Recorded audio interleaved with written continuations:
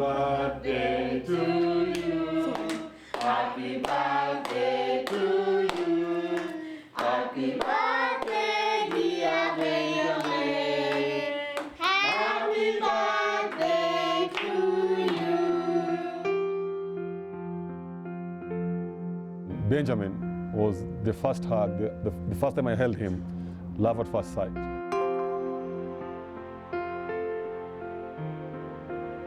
November 1st, 2000 and... this day, exactly last year. 2010? Mm-hmm. Yeah, we had just gone to the doctor in America we were wondering why are we not having children.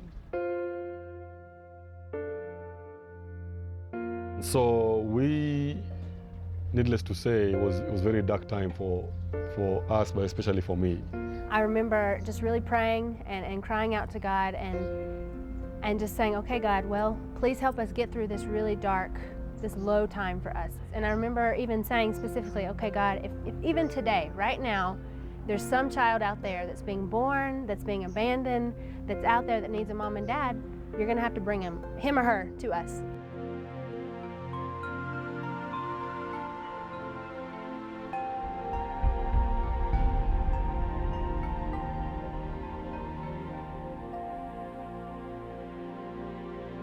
We came here and we met Benjamin. You look at him and check.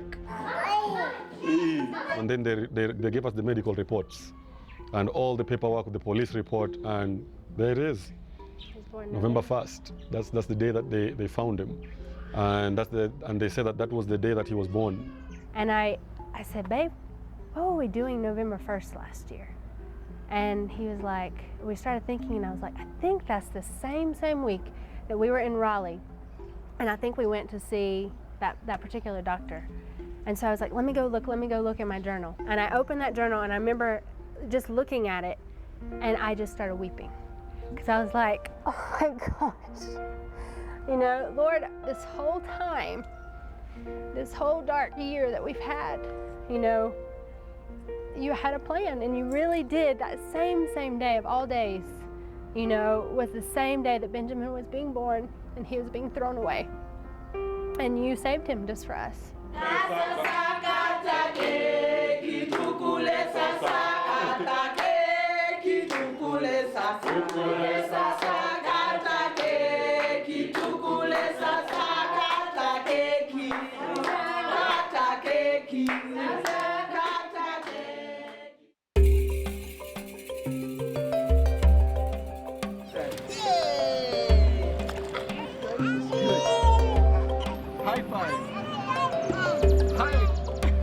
We don't say that New Life Home is the end of the journey. It's just the beginning, actually. We arrived in Kenya in 1989 when, coming from church one Sunday, we picked up a Sunday newspaper and we found a center page article that highlighted the plight of abandoned babies, particularly those who were HIV positive. This is how I like them. In '93, we came across a baby that had been abandoned in the hospital and was HIV positive and very sick. The doctor says, look after it until it dies, you know, it's going to die. But he refused to die, so we eventually adopted him.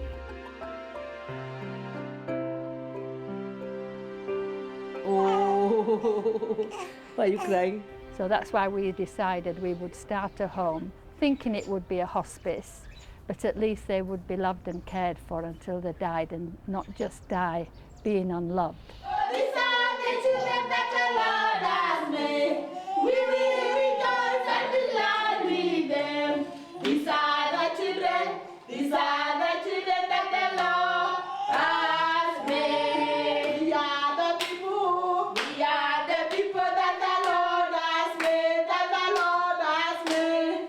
We will rejoice and be glad with them. And the gates have become very symbolic and significant to us because we realize that when a baby passes through these gates, that everything changes for that baby.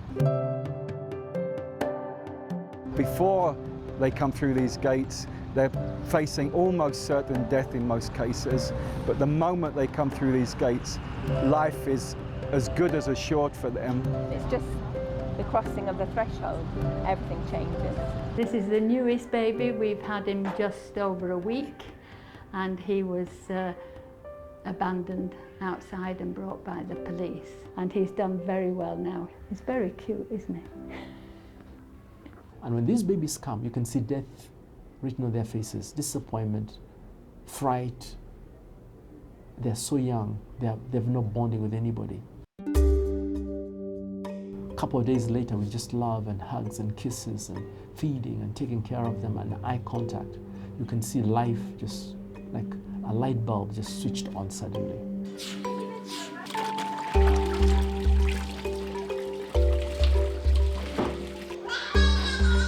We've grown from one home, and then we've opened in Kisumu and Nyeri and Nakuru and so on. But in those very early days when children had to go to the hospital, we would end up with very high hospital bills. And I would sit there, how are we going to pay this bill? And then it seems as if God took me back to the family and said, look, I'm the one that called you, and in the end, I'm the father of these children. I'm the one who has said in the Bible that I love the orphan, and I will put the orphan in families. So just trust me. So once that got into my head, that I just had to trust him, then I started writing checks when I needed to write checks, often when we didn't have the money in the bank. But I tell you, in these 18 years history of New Life Homes, we have never once been in the red. We got very close to it, and it was a test to our faith, but we've never been in the red. No check has ever bounced. We have now just reached 1,300 babies that we have been able to rescue.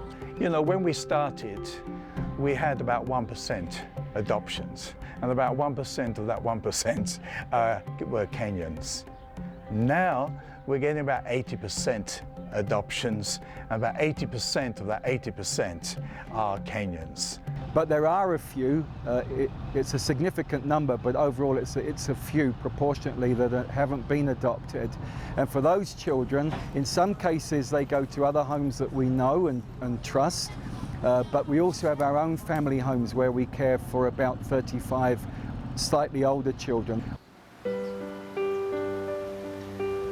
We haven't given up hope, and we're still believing and praying and trusting that these children will find adoptive families, which has happened in some cases, and we still believe that that's the better option.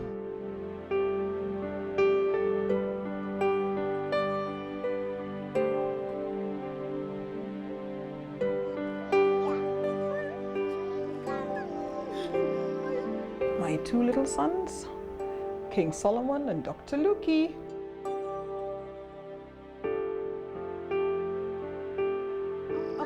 Yes, who can lift up his head? Well, the reports say a lady found Solomon on her farm, thrown out, newborn. So she took him to the police station, and the police took him to New Life Home in Nyeri. According to them, they really didn't think there was much hope for him even to lift his head or sit up, let alone use his hands. So that was it, and that's what I was told. But within 2 months, or less than 2 months of being home, Solomon was almost being destructive. I mean, he'd go to the shelf, the bookshelf, and get the CD players and throw them to the ground. And my sister would come and say, "Continue, Solomon, do it, do it." Just the fact that he was, could use his hands. Because they said he wouldn't do anything. We couldn't even feed him normally because his jaw was open like that. So we'd have to exercise. You'd have to hold him out here like this and put food inside. Now no more. He can keep it down himself. He chews it himself. Yeah. He's a fighter. He's a go-getter. Luki is more compassionate and every day tells me, "Mommy, I love you so much." But the thing is that they complement each other. Head up, head up. Yes, up. Good boy. And the more I look at him, the more we spend time together, I know I made the right choice. I still don't have the answer. But I know I made the right choice, and that was God's will and plan for us. We wanted to create a place, a home for a child who had been abandoned and was, in that sense, unwanted. And so we decided to take the most likely not to be adopted and give them that home.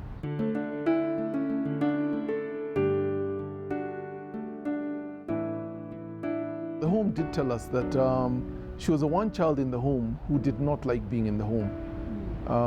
She would often struggle with the fact of being fostered out and then brought back, and she seemed to believe that that was an indication that she had done something wrong and that nobody wanted her. I think my husband is braver than I am. I'm the one who had probably felt a little afraid, and we really prayed about it. I needed to hear a personal word from God, and God really did speak to me. But my husband, he felt it would work out.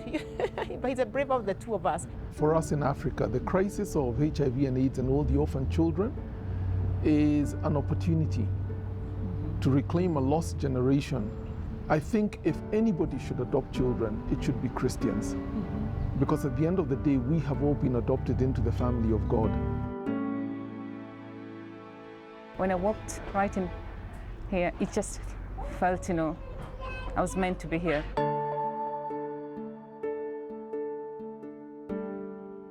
I just love babies. I come from Monday through Friday in the mornings, and then Saturdays I spend the whole day. And I'm trusting God, I really want to bless this home, financially and materially too. So I'm just trusting God, at the right time, He'll help me with that. To me, this is home. I actually feel, I can't explain it. It's just home. You just feel at home here. So I tell people, come to New Life and you're at home. In one room, you might find there are only 3 social workers. Caregivers, sorry. And the kids are like 15, so you can, or like 10. So you can imagine when they are crying, all of them. Yeah, so when they are volunteers like us, you help them too, just to make the kids calm the babies. Yeah, calm them down. To me, it's just a way of giving back to the community.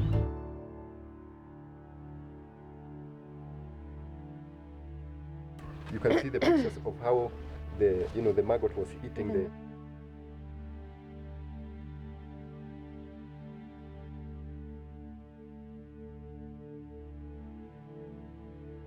The person who rescued Benjamin, is he? Do people know who he is? Or is just a well-wisher that? Just a good Samaritan. He was just a good Samaritan that did his work and disappeared. In fact, he was not from that village.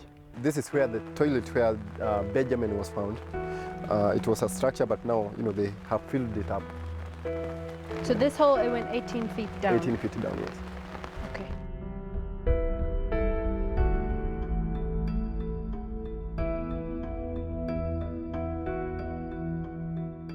So when they pulled him out, did they pull him out through this way or out the side? Through the side. So after he was found and pulled out, they destroyed that one. They destroyed that one, and one. then they put a new one. It's sad. Surrounding all these houses, nobody could hear a woman throw a kid. Alikuwa tu hivi hivi. Kalikuwa hivi. Kakuwa kameshomeka hivi.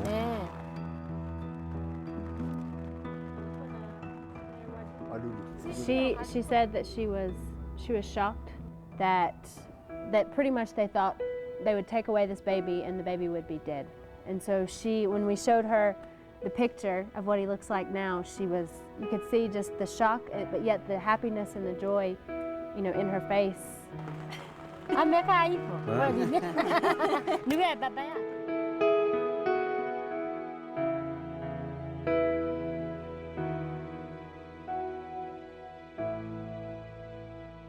We have admitted 99 babies, and we have about 57 of them being adopted.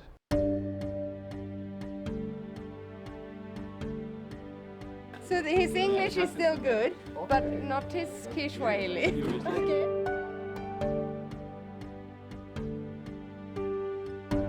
the main challenge is just now to get to the mind of the people that, you know, well, even if the home look very nice and smart, it doesn't mean that we have money. We believe that if we put God in first of everything, you know, everything is going to go according to His will.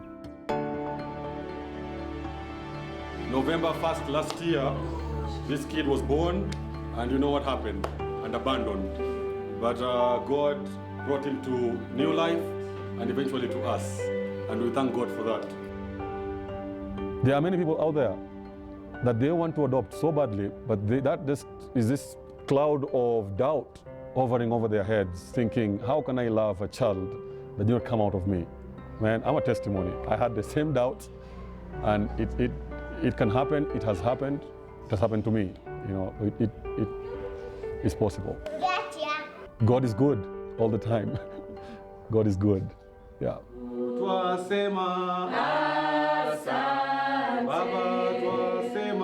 You know, this is what it's all about. It's not about us. It's not about New Life Homes. It's all about putting children into families. The fact that somebody found them in a hedge, wherever it may have been, we believe that there was a plan for that child, you know, that they were not to die, that they were to live. And we want them to stay in Kenya. We feel we're going to build a nation. So many, of course, people in Kenya are dying of HIV, and these are the ones which are not dying. Alpha